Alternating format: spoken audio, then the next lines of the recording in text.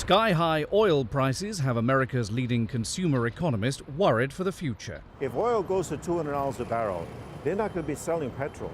What they'll be doing is charging folks to recharge their electric battery that's stuck in their car. If we go to $200 a barrel, you're going to see such a huge change that you're going to change the very nature of gas stations in the United States. Ken Goldstein says high oil prices have pushed mass transit ridership up by 9%, and many people won't go back to their cars.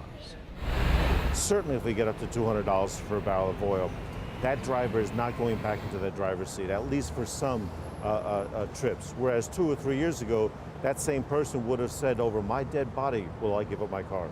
Oil at 150, 180, even $200 for a barrel. What does that do for New York's taxi drivers? It cuts in two ways. One is it increases the cost of delivering the taxi ride to the customer, but two, the customer has less money.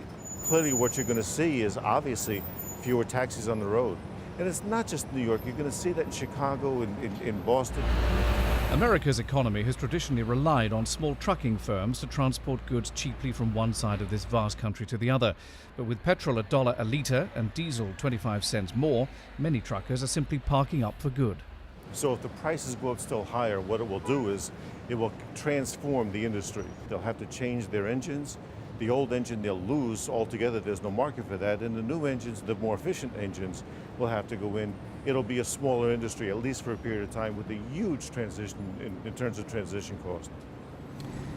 And what about the restaurant industry? Here we are with a McDonald's restaurant right alongside us. There are others around. Big tradition for eating out in America. Well, it changes in two ways. One is it increases the cost of delivering that food, because it takes energy not only to cook it up, but also in terms of the refrigerator.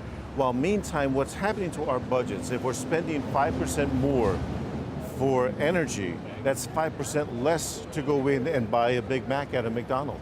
So that we're going to be forced to spend more time eating at home, less time eating in a restaurant.